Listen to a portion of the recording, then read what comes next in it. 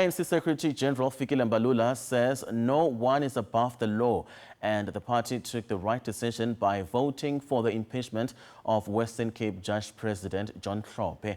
Mbalula was briefing the media in Durban ahead of the party manifesto launch tomorrow. Described as a brilliant legal mind who produced the likes of Advocate Tembega Ndugaitobi and many other legal eagles from the Walter Sisulu University in the Eastern Cape.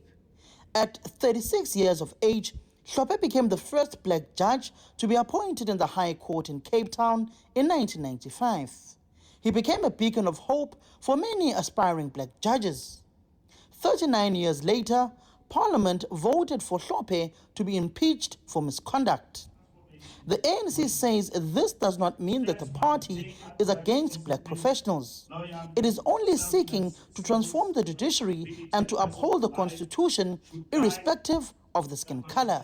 Fortunate that we could arrive at the decision of Hlophe, but that is what we voted for in 1994 through our constitution. Unfortunately, that's what we voted for. Now, if you read and you listen to people, Judge Hlophe, what they say about him, from that corner of the Eastern Cape, Transkei University of Walter Sisulu today, which produced the best minds, legal minds, up to Ndugaitobi, the best lawyer in the Republic today, the best judges you get in the Constitutional Court. They come from the hands of Hlophe, and some of them worked with him, they were colleagues. When they talk to you about his understanding of the law, you reminisce. And the fact that we can come to this point, not on the basis of his ability to think and to understand the law, but behavior. You fall in life, not because you couldn't think, but you fall because of misjudgment. The governing party says it doesn't derive any pleasure from the impeachment of Judge Hlophe.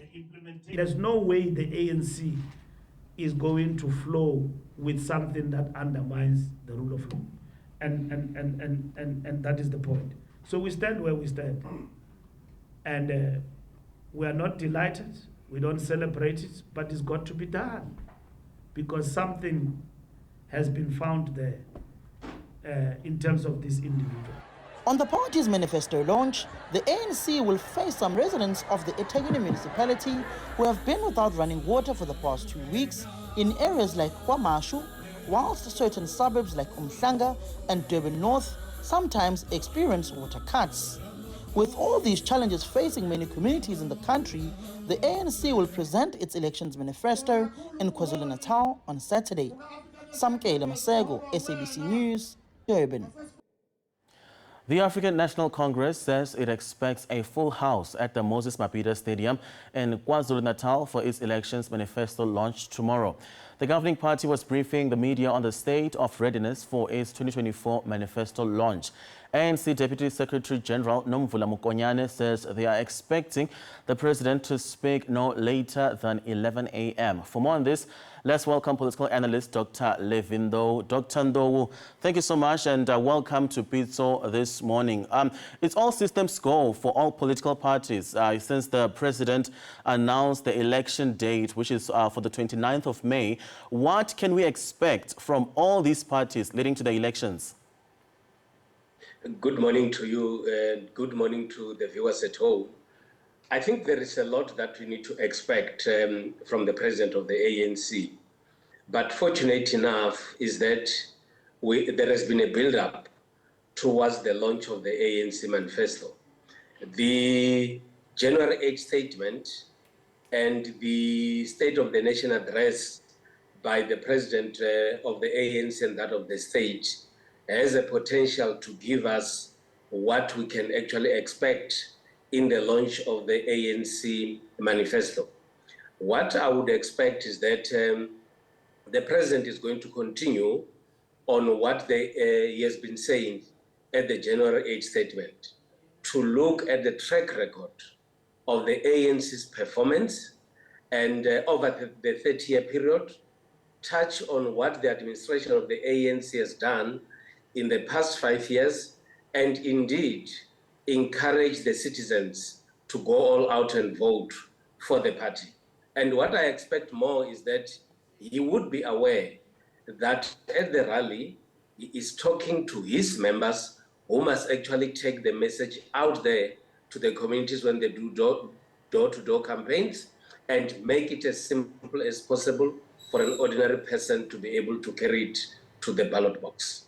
Dr. Ndo, it's common knowledge that, many citizens in the country have expressed dissatisfaction with the ANC. And looking at the date, the 29th of May, is it enough for the ANC to do something? And if there is, what can they do, to convince people to vote for them? The ANC is the ruling party, which has been in government for the past 30 years, would know that every 5 years they have to go for elections, and at the same time they should constantly plan for such. What the ANC, in my view, has to do is not to take the views or the complaints of the people out there in a very negative light. What the ANC do is and concerns positively and build on them. When citizens are not happy over something, the response of the ANC will be to say what then should be the best strategy to respond to what the ordinary citizens are saying on the ground. And I think the strategy of the ANC in an attempt to attract voters is to actually talk about the houses that they've built to the people. They will talk about issues that relates to the social grants that they're giving to the people. They will also talk about areas of the provisioning of water and electricity to people who do not have access to that. They will talk about student funding, which they're also doing, and many other successes. And apart from such successes, one should still acknowledge that there are many areas where people are worried about, and I expect the ANC to provide a program on how they're going to address the challenges that ordinary citizens are facing in this country. Dr. Ndo, the ANC General Secretary Fikile Mbalula has recently said that if the ANC loses in the KwaZulu-Natal province, the leader or the former leader of the ANC, that is Jacob Zuma, who is now the face of Umkhonto Wesizwe, will have to account. What do you make of this?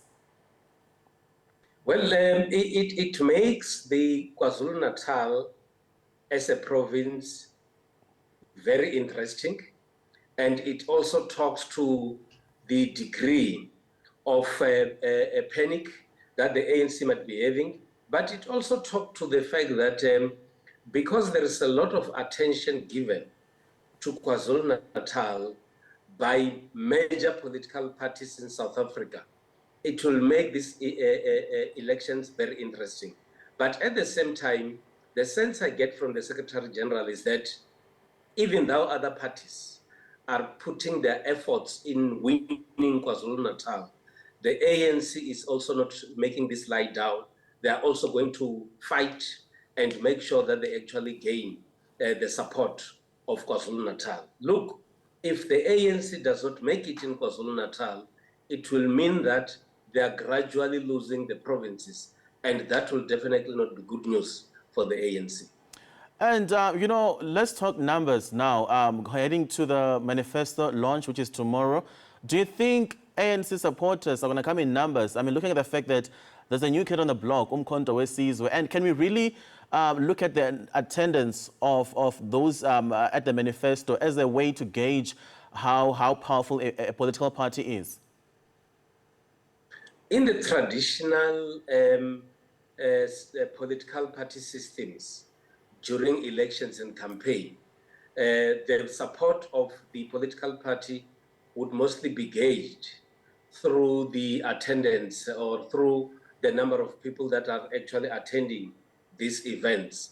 And my sense is that the ANC would also love to have a situation where most people are seen to be attending as a sign, and that will be a sign in my view that they still command a lot of support in KwaZulu-Natal. And what I think they could be doing will be to ensure that as many people as possible have to attend the rally. But at the same time, even though there is this psyche about the attendance of many people in the rallies, what is important is not necessarily how many people attend the rally. What is important, in my view, is how many people will vote for that political party during the elections. And, when we look at the issue of unemployment, a lot of people have been saying that we want jobs, and the ANC in the past manifesto promised jobs. And we're expecting the ANC to talk about, the creation of jobs. But then how can the ANC, sort of rebrand itself or make it, when they talk about creation of jobs, how can they make it a more convincing thing to, to promise, the citizens of the country? Because people are looking for jobs. How can the ANC, message that to the people? It's about honesty. I expect the ANC, even though they can point at certain areas and say they have done good, I also expect them to become very honest and say, on matters relating to job creation, they have not done well. I also expect the ANC, in boosting their election campaign, to talk about the other jobs that have been created, which the state president alluded to in the State of the Nation address. I would also expect them to talk about what the Premier of Gauteng has been doing in terms of job creation. But at the same time, whether we like it or not, the job creation factor in South Africa, we're actually not doing very well. And one would expect that the ANC should come out clear and say, we did not do very well, but come up with strategies that can indeed make a difference in the job creation situation in this country. Do you think the ANC still has the power to rule? I mean, looking at their track record, from 1994, they came in and there was hope, and then they were given, I mean, in the 30 years that they've been serving, a lot of people have been saying that, you know what, this is not what we wanted from the ANC. We're actually disappointed. Do you think, the ANC still has it in them to lead the country? Well, it depends on where one stands. My sense is that when you're given the responsibility for 30 years, you accumulate experience, you develop knowledge, and you can still do things better. But at the same time, for one who is actually looking from the other side, that person would say, we have actually given you sufficient time, you have done nothing, and we feel that other people have to come in. What becomes a big factor now, it's how they go all out there, convince the people to vote for them, because for now, it is only about convincing people to vote for the party and nothing else. And indeed, these are crucial questions that other people in South Africa are asking themselves, and indeed the ANC should be able to provide answers. Dr. Levindo, thank you so much for your time. Enjoy the rest of your weekend. Thank you so much. You're always welcome. That was our political analyst, Dr. Levindo, talking to us about the manifesto launch that is going to be happening tomorrow at the Moses Mabhida Stadium, that is of the ruling party, the ANC.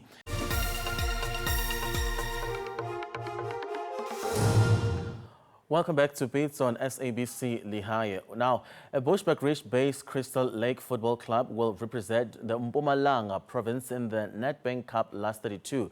The Safa Division Club will host the defending champions Orlando Pirates tomorrow at 3 o'clock at Mbombela Stadium. Let's now bring in Joe Mhlanga, who is the president of Crystal Lake FC. Mr. Mhlanga, thank you so much for joining us here on Pitso this morning, and welcome to the show. Please briefly tell us about your team, Crystal Lake FC. Wow, broad question. It's broad. Okay. Crystal Lake was founded in 2023. In fact, we are 7 months old. So it's our first time in the SAB League. It's our first time to participate at Nedbank. So this was all the plans and the hard work, and to recruit good boys and good players that came through to the club and do us proud. So we are just 7 months old. And it's somehow exciting to play against a club or with a rich history like Orlando Pirates, that was founded in 1937. Currently, they're the champions of Nedbank, and we are hosting them at home in Mpumalanga, in Bombela Stadium. So we are looking forward to that. It's very exciting, yeah. And Mr. Mhlanga, one of the things that I love about sport, is the development part of it. Where do you get these players? I believe they are from the community, and also the recruitment process. Are they trials, or do you go to schools and then source this talent for them to be part of your team? Because we grew up there in that district, so we know each other. The thing about the villages around Bushbuck Ridge, everyone is everyone's relative. So we know each other. So it's easier when you're coming up with an idea of starting a club that it's slightly in the higher league than the promotional leagues in the LFA. You attract good boys within that, because SAB is seen to be the elite league. It's a regional league. It's not necessarily the LFA league. So you are able to attract boys with talent when you have that. So it also came from there, where boys knew that we are starting this idea of youth empowerment program. Football will be included in that. So it's not only about football with us. It's only the skills development, also to empower the youth in that area, because we grew up there. We understand what the challenges are. We know the parents, some of our cousins, some are family members. So it's something that is too close to us to understand how to go about it. And also the challenges of those areas back home, we understand what is happening there. So when we came with the idea, it was something that was straightforward. The recruitment was never a challenge, because we knew the clubs in the local league. We also worked with the guys that paved the way for promotional leagues like Lever Brothers. We worked with them. So they also assisted in inspiring Crystal Lake as well. Since last season, they were the ones that were in this position. So yes. Mr. Mhlanga, let's talk about tomorrow. It's the big clash. Surely your players will be playing against their role models. Let's talk about preparations. How are they going? The preparations are underway. We won't stop preparing until 5 minutes before the kickoff. But the biggest part of the preparation is the psychological preparation. The physical preparation, we will not say it's done. We are there because you will have to be tested tomorrow in the game. But we believe that majority of the work is done. Now we are focusing mainly in the psychological part. As you indicated that most of these boys, they're playing against their role models. That psychological shakening that could happen there, where there's excitement, there's anxiety at the same time, it creates disaster. So we are trying to get them to settle, we are trying to get them to become and be inspired and understand that they didn't get there by luck. For them to meet their role models, it means they've done something right for them to be able to get into that stage. It's something huge, it's massive for a small community club playing in the regional league to finally meet the elite boys, the oldest club in the PSL. It's very inspiring. Yeah, so the preparations are underway. As I said, mostly is to deal with the psychological part, to tell them to keep calm, to tell them to stay focused, not to be distracted by anything until we meet Pirates in the game. Mr. Mhlanga, in the past, the PSL teams struggled to beat, the not so known teams. I don't want to use the word small teams, because I believe it's either you're a team or you're not a team. So remember, Orlando Pirates lost 4-1 to Maluti FC. So are your players and the technical team aiming to do the same? Are we going to see you causing an upset tomorrow? Look, we are going to compete. I grew up in football. I've seen people making promises and then they come back to eat their heads with humble pie. So for me, I'm saying we're prepared to compete at the big stage. We got an opportunity. We're prepared to compete. And part of the reason why the big clubs will somehow struggle is because of the systems that are played. It's because in the big clubs, there's big fields. So they have room, yet in the small leagues, the grounds are slightly smaller and the tactics are different. In most cases, in the professional league, they mark the space. In the amateur league, they do man marking, and of which the big clubs don't like man marking because they don't want to be injured. So the chances of them getting injured easily, it's less in the big field. In the smaller field, so that's why the systems and also the fact that there's no tapes for the big clubs to go and refer to watch how these guys play. It's very difficult to plan around a hearsay. So that's the advantage of the smaller clubs or the regional or the provincial clubs when they play against the big clubs, because we watch them, they can't watch us. So that's always been the step ahead that we always have. So that is the reason why big clubs are struggling against the smaller clubs. All right, I do understand you did mention that, Orlando Pirates and other clubs that are in the PSL don't have, the advantage of watching you guys play. They don't have any tapes. But I'm not sure if I'll be putting you on the spot here, but perhaps maybe without revealing too much about your team, what kind of team do you have? What's your strength? And perhaps you can mention some of the stars that you have in the team. Look, it's a team effort. For me as the president of the club, sometimes to pull one boy. Look, these are all village boys. These are all boys that it's always been a team effort for them. The strength will come from anywhere. Will come from our goalkeeper, for example. Noam Konto, he participated when he played for Lever Brothers last season. So he's got experience in the Nedbank. So it's not the first time for him. And there were some of the players that were playing for the other club previously that is not going to be necessarily the first time for them to be in the last 32. But against Pirates, it's a first time for all of them. So I might not, since we sometimes it's always nice in Zulu, they said, but our strength is that it's always a team effort. The system that we are playing worked for us to be able to be here and qualify. So I wouldn't want to really disclose our system so that more coach Manda, they'll start working on those weaknesses or strengths. But it's a team effort. All the boys are playing.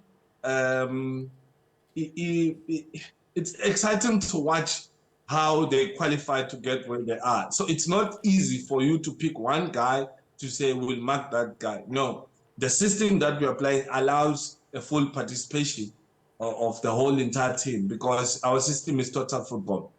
It's a team effort indeed. Thank you so much, Joe Mhlanga, for your time and all the best for tomorrow. I mean, I come from a village myself, so all I can say is, I hope that they also represent me because I'm also from a village. Thank you so much. No, thank you, sir. Thanks for the opportunity. Thank you so much. That was Joe Mhlanga, a Crystal Lake FC president, talking to us about their game against Orlando Pirates tomorrow.